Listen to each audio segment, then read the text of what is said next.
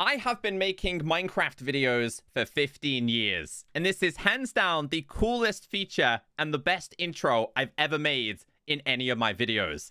So welcome back. Announcement. The Happy Ghast is now available in Minecraft Bedrock Edition. This is available in beta and preview, and honestly might actually be my favorite feature in a long time. But Bedrock Edition players, it gets even more exciting because as of today, Vibrant Visuals is now available for testing. Now I'll place some timestamps on today's video so you can learn everything you need to know. This is default built into beta and preview and is designed to make your game visually pleasing. Now this is currently the default settings and you can tweak these, and upon launch they will have custom texture packs which will have better enhancements. With that being said, welcome back everyone. My name is Echo and today we are checking out the beta/preview version 1.21.80.25. So like, this is my first time maneuvering these things. I'm just gonna get off him. I'm gonna let him do his own thing.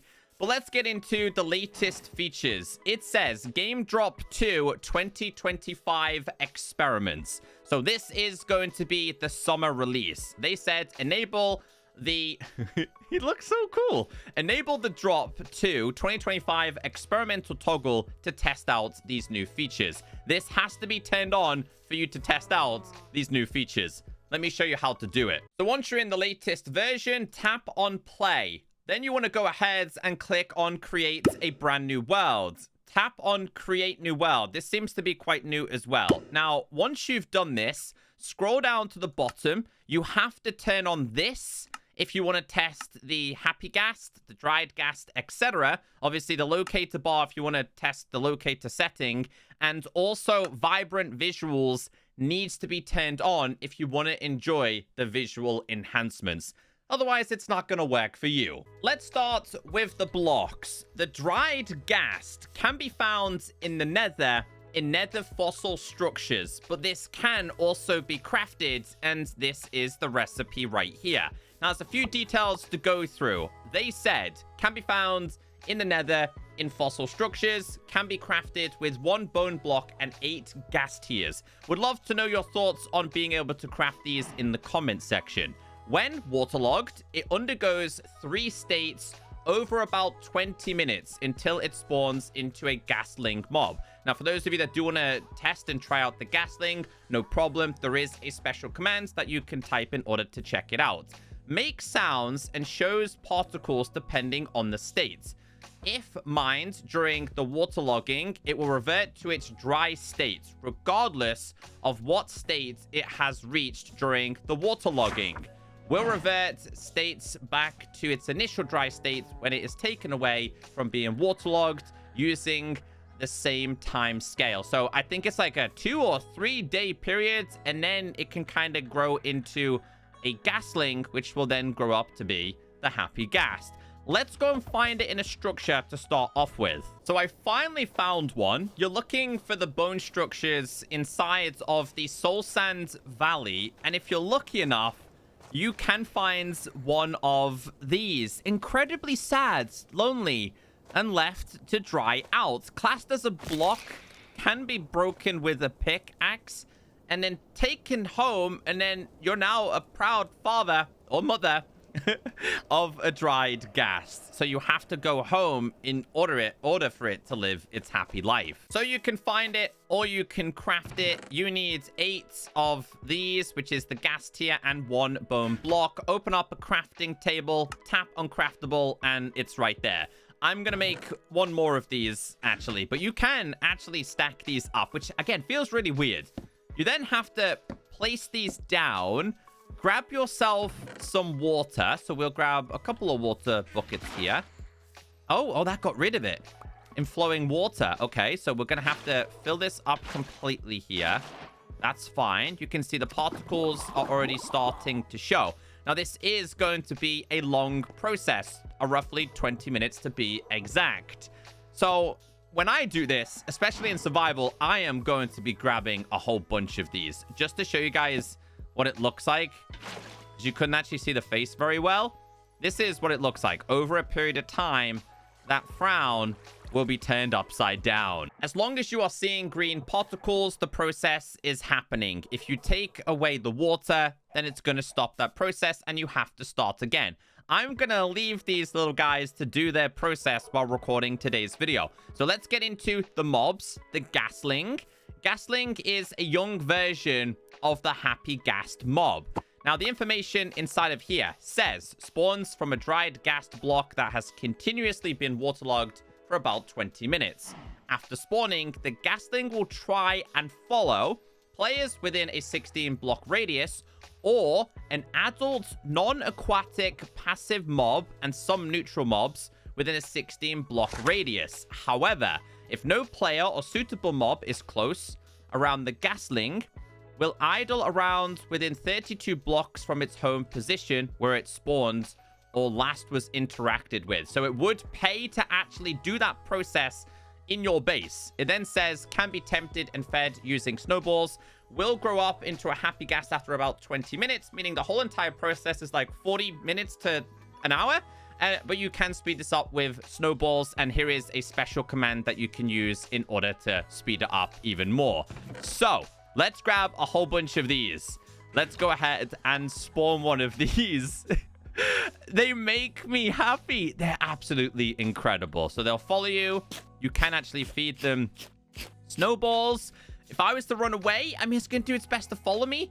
I'm going to try and break the... I know, I feel really mean, but I'm going to try and break the radius here. No, he really does want to follow me. He really does want to follow me. But it will try and obviously follow another mob. Neutral and things like that. So we'll go ahead and feed him a whole bunch. Oh, no, I'm sorry. I didn't mean that. I need to take you over to here.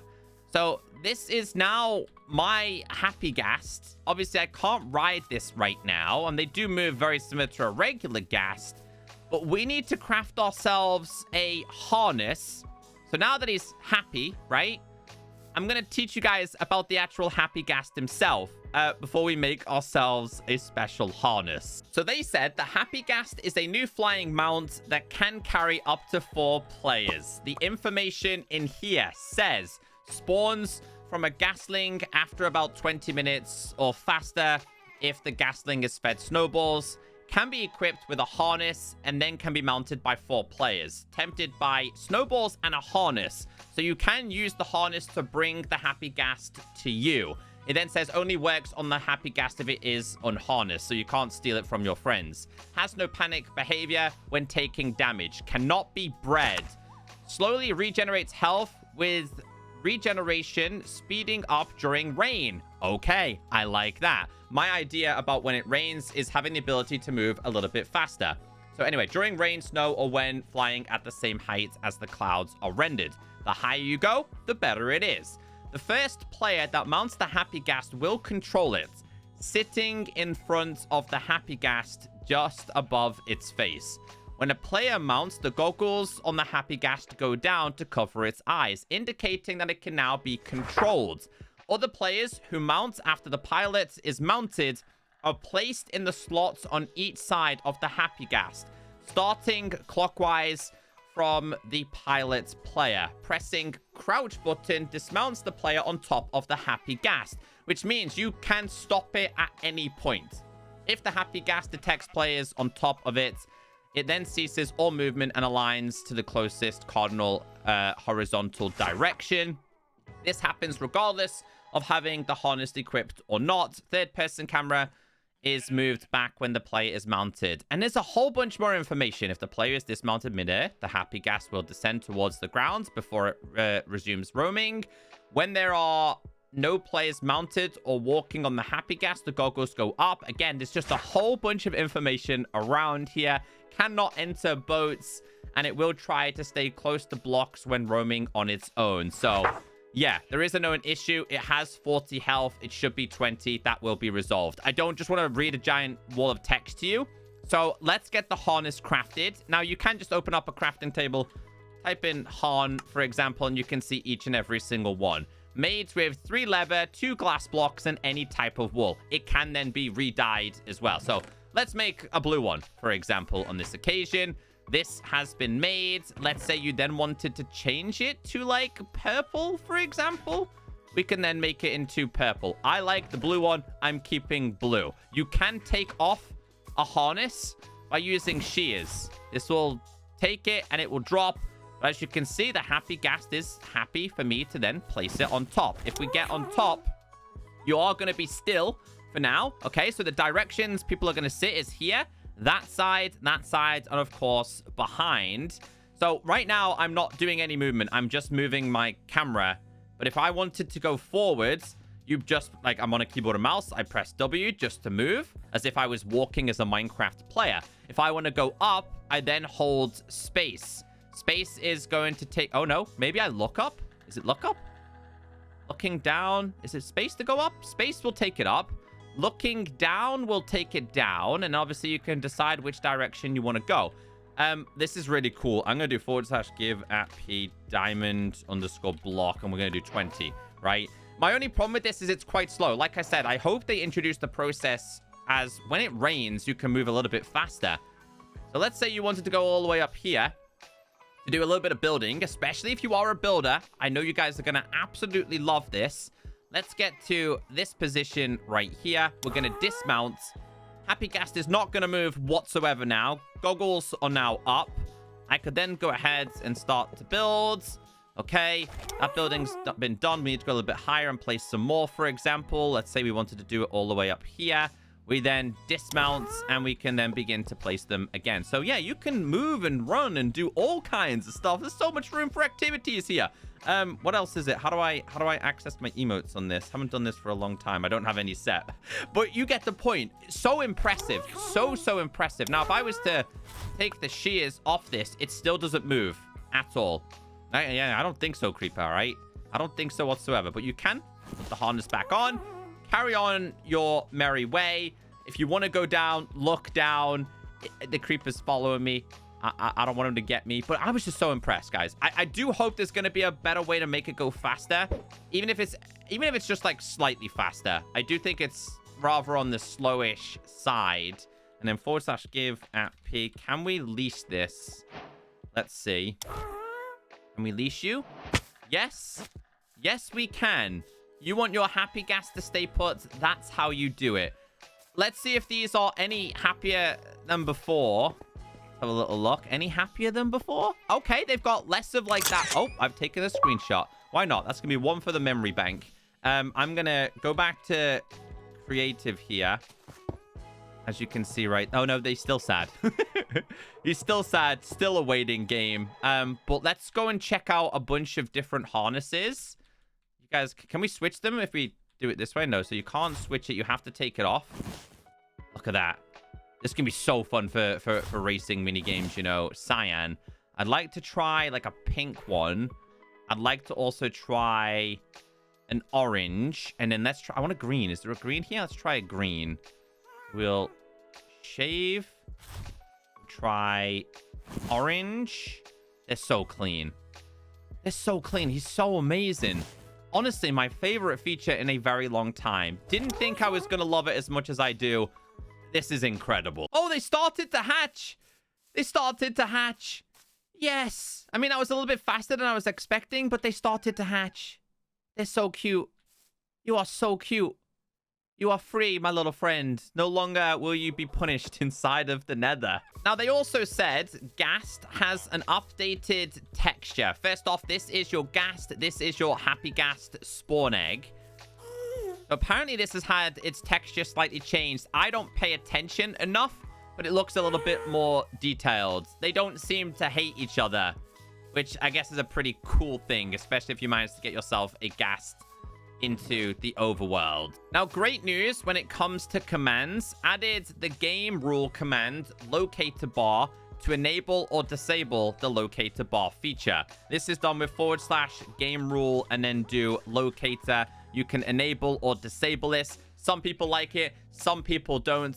Prior to this update, it was on by default. If you don't want it, you can turn it off. Let's get into the other huge announcements. Vibrant visuals. Let's read the changelog with this. There is quite a few things to go through. So the developers explained that they're excited to introduce this to the game. It is supported on these devices and platforms. Supported devices for this preview and beta include Xbox Series X/S, Xbox One, PlayStation 4, PlayStation 5, Android, iOS, and PC. It seems like Switch is the only one that doesn't get this. Android devices, you need to have this or higher. The Adreno, the Mali, and the other Mali, Eclipse, etc. You need to have this or higher, or it's not going to work. iOS, A12 or M1 or higher. PC, running Minecraft on DX12. And then it explains a little bit more about this. Our team is hard at work, working on visuals for Bedrock Edition. We hope to be able to update the list and support more devices in the future. They then explain how to access this. And it does say, split screen is not supported with vibrant visuals, and the game will switch to fancy or simple if you do this. So currently not available. And then it also says marketplace add-on skins and persona items will work with vibrant visuals. However, worlds and textures are not compatible with this new mode at this time. Don't worry about this. I'm going to explain everything you need to know, how to enable it and disable it and customize it. Basically, you do not need to download a separate texture pack like Luminos Dreams from Poggy. You can. They are much better than the default one that Minecraft have. But you can turn this on and test it by default anyway. Few known issues along the way down here. Again, this is all in testing. So if you experience any of these issues, hopefully they will be ironed out over the next couple of weeks. Let's get into this. So once you have turned the toggle on, which is what I showed you at the start of the video, go into your options, tap on settings, scroll down to video, and scroll down to the bottom. You might have this default as these. If it works for you, this will now be available to click, right? So when you click on this, and these are the default ones I have so far, so you can favor visuals or performance. Obviously, smoother experience if you have it on this, right?